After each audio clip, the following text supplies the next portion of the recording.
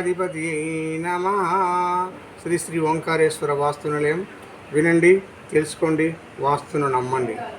ఈరోజు మనం నైరుతి బ్లాక్ కలిగినటువంటి గృహాన్ని ఒకసారి పరిశీలించండి. ఈ గృహము నిర్మించకముందు ఈయన ఒక రైతు కుటుంబం, ఇద్దరు అన్నదమ్ములు కలిసి ఈ గృహ నిర్మాణం చేసుకోవడం జరిగింది. ఈ ఉత్తరములో వాళ్ళ తమ్ముడు, తర్వాత ఇక్కడ వాళ్ళ అన్నగారు ఉన్నారు. ఈ హద్దులు చేసుకొని గృహ నిర్మాణం జరిగింది. ఇది మళ్ళీ ఒకసారి గృహాన్ని ఒకసారి పరిశీలించండి. పడమర రోడ్డు, దక్షిణ రోడ్డు, తర్వాత ఇది మొత్తం కలిసి 40 అడుగుల వెడల్పు, 80 అడుగుల పొడవు కలిగినటువంటి పెద్దన్నగారి ఇల్లు. ఈ గృహము పడమర సింహద్వారం చేసి తూర్పులో రేకుల షెడ్ వేయడం జరిగింది. అంటే తూర్పు నుంచి దక్షిణానికి నడుస్తూ, దక్షిణ ఆగ్నేయ గుండు నడుస్తూ, రోడ్డు మీదకి వచ్చిన తర్వాత నీచ నడక నడుస్తూ, తూర్పు ఆగ్నేయం గుండా నడుస్తూ మళ్ళీ ఈశాన్యంలోకి పోయి ఇక్కడ ఏం చేశాడు, ఈయన తూర్పు అద్దు చేసుకొని వాములు వేశాడు. తర్వాత ఇక్కడ బర్రెలు, నైరుతి భాగంలో పూర్తిగా రేకుల షెడ్ వేసడం జరిగింది.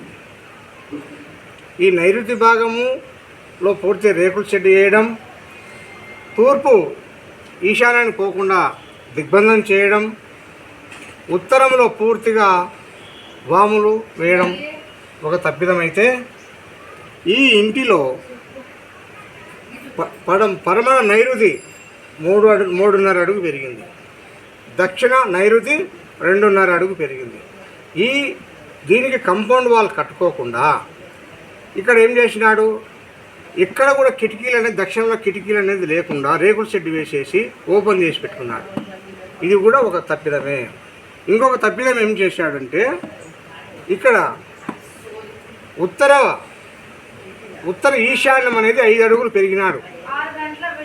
ఉత్తర ఈశాన్యము 5 అడుగులు పెరిగి ఉత్తర వాయువ్యం కట్ అయిపోయింది. ఉత్తర వాయువ్యం ఎప్పుడైతే కట్ అయిపోతాడో ఆ ఇంటిలో ఉన్నటువంటి వ్యక్తులు కానీ ఎవరైనా కానీ మానసిక ఒత్తిడికి లోనై అనారోగ్య పాలై అప్పుల పాలవుతారు. అదేవిధంగా నైరుతిలో దోషాలు ఉన్నట్లయితే నైరుతి దిగ్బంధం చేయడం జరిగింది. ఈ నైరుతి కిటికీలు లేకపోవడం, గోడ నిర్మాణం సరిగ్గా చేయకపోవడం వలన కూడా ఇతను అనారోగ్య పాలు అప్పుల పాలు కావడం జరుగుతుంది. అదేవిధంగా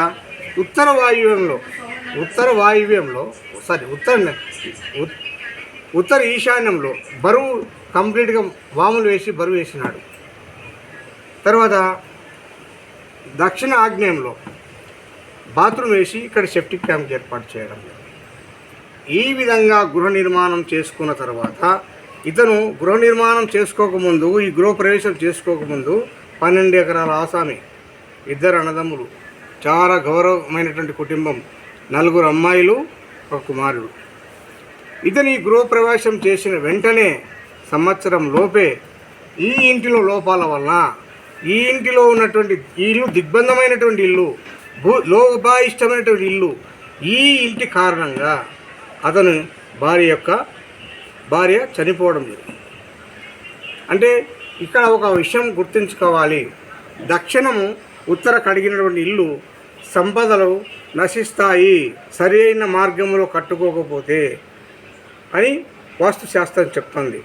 అదేవిధంగా ఇతనికి భార్య చనిపోయిన వెంటనే 4 పిల్లలు ఎంతో కష్టపడి ఎన్నో బాధలు కూర్చి 4 అమ్మాయిలకు కొడుకు పెళ్లి చేసిన తర్వాత ఇతను కొంతకాలం కష్టపడి, అంటే అప్పటికే ఆ పిల్లలు చాలా చిన్నపిల్లలు, చిన్న వయసు, మరి ఆ భార్య చనిపోయింది కదా, భార్య చనిపోయిన బాధలో కూడా ఉండి పిల్లలను సాగి పెద్ద చేసుకొని కొన్ని సంవత్సరాల తర్వాత మళ్ళీ ఈయన పెళ్లి చేసుకున్నాడు.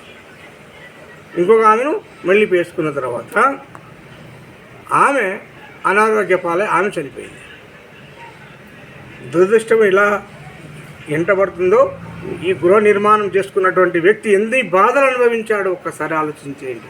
అదేవిధంగా ఇతని కుమార్తె యొక్క భర్త కూడా చిన్న వయసు 26 సంవత్సరాల్లో 3వ కుమార్తె యొక్క భర్త చనిపోవడం జరిగింది.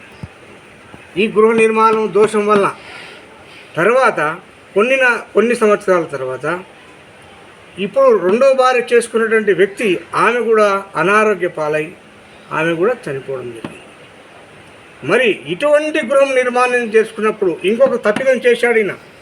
వాయువ్య ఉత్తర ఈశాన్యం పెరిగింది కదా, ఈ పెరగడం వల్ల నైరుతి వాయువ్యం అనేది పూర్తిగా కట్ అయిపోయింది.